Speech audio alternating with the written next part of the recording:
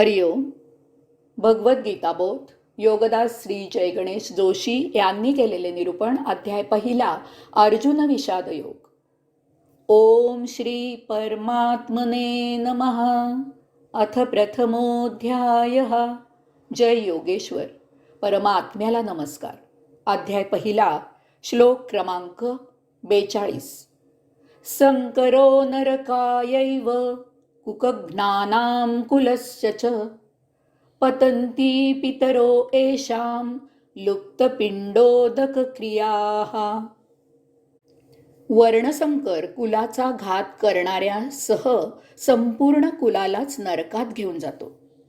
श्राद्ध, दशक्रियाविधी इत्यादी बंद होऊन तर्पण न मिळाल्यामुळे यांच्या पितरांचेही पतन होते. एक कुचका आंबा आंब्याची संपूर्ण आढी कुजवतो. घरातील एक दिवटा कुलदीपक संपूर्ण घराण्याला आपल्या दिव्याने आग लावू शकतो. कुलदीपकाने आपलं घराणं आपल्या पराक्रमाने, बुद्धीने, शौर्याने, ज्ञानाने, कीर्तीने, यशाने उजळावे अशीच वाडवडिलांची इच्छा असते. परंतु दिवटा मुलगा आळशी, दुर्व्यसनी, कुलाला कलंक लावणारा निघाला तर तो सर्व घराची राख रांगोळी करतो. त्याच्या दुराचरणामुळे त्याचं घराणं बदनाम होतं. अशा घराशी आप्तेष्ट, नातेवाईक, शेजारी, आजूबाजूचे लोक संबंध तोडतात. त्यांच्यापासून सर्व दूर राहू इच्छितात. त्यांच्या घरातील मुलांची आणि मुलींची लग्न जमू शकत नाहीत. प्रत्येक जण अशा व्यक्तीपासून, त्याच्या घरातील माणसांपासून, त्याच्या घरापासून लांब राहतो. एका वाईट व्यक्तीमुळे सर्व घराण्याचं नुकसान होतं. लढाईमुळे असा दुष्परिणाम होऊ शकतो. घरातील कर्ता पुरुष मृत झाला तर त्या घराला घरपण राहत नाही. घरातील संस्कार नष्ट होतात. मुलांना आणि घरातील स्त्रियांना संरक्षण मिळत नाही. ते बाहेरील हैवानांचे शिकार होतात, नादी लागतात, छंदी होतात. सर्व घरादाराची वाट लागते. लढाईमध्ये असे 18 अक्षौहिणी सैनिक मारू किंवा मरू अशा ईर्षेने उभे आहेत. यातील जे मरतील त्यांच्या बायका विधवा होतील, मुलं पोरकी होतील. यातूनच त्या घराचा नाश होईल. जो आपल्या कुलाचा घात करतो तो कुलघातकी असतो. त्याच्यामुळेच हे सर्व दुष्परिणाम होत असतात.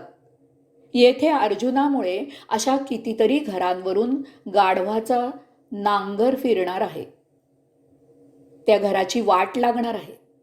श्राद्ध, दशक्रिया, तर्पण वगैरे धार्मिक विधी हा ज्याच्या त्याच्या श्रद्धेचा, विश्वासाचा प्रश्न आहे. धार्मिक शास्त्रात त्याचे विधी दिले आहेत. त्याप्रमाणे ते विधी करणारे करत असतात. कोणाच्या या अशा वैयक्तिक श्रद्धेमुळे मला काही मत नाही. कोणाच्या या अशा वैयक्तिक श्रद्धेबद्दल मला काही मत नाही. परंतु या संबंधी माझा काही वेगळा विचार मी येथे देत आहे. श्रद्धा, तर्पण इत्यादी न केल्याने पितरांचे नरकात पतन होतं. त्याचा 2003 साली अर्थ काही वेगळाच आहे. तसेच स्वर्ग, नरक याचाही अर्थ काही वेगळा आहे. एक घराणं काही विशिष्ट गोष्टीसाठी सुप्रसिद्ध असतं. एक कोणी करता, तडफदार, हुशार अशा गोष्टींची मुहूर्तमेढ रोवतो. मग पिढ्यानपिढ्या ते घराणं त्या गोष्टीला वाहून गेलेलं असतं, वाहून गेलेलं दिसतं. आज भारतात टाटा, बिर्ला, गोदरेज, किर्लोस्कर इत्यादी घराणी कारखानदार, उद्योगपती म्हणून सुप्रसिद्ध आहेत. त्यांचे वंशज त्यांच्या घराण्याचा नावलौकिक टिकवून आहेत. अशी कितीतरी घराणी असतात.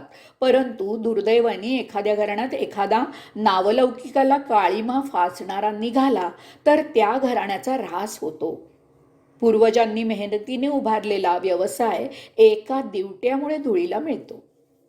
पूर्वजांच्या नावाचे अधःपतन होते. असे व्यवसाय पूर्वजांचा लौकिक टिकवणे, वृद्धिंगत करणे हेच आजचे श्राद्ध, तर्पण आहे. लोकमान्य बाळ गंगाधर टिळकांनी सुरू केलेली टिळक घराण्याची परंपरा आज रिहित दादा टिळक आणि गीतालीताई टिळक यांचेपर्यंत टिकून आहे. स्वर्ग किंवा नरक या काही वेगळ्या जागा नाहीत, त्या येथेच आहेत. कोणाचा जन्म झोपडपट्टीत गरिबीच्या पोटी होतो, त्याला एक वेळच्या अन्नासाठी अफाट कष्ट करावे लागतात.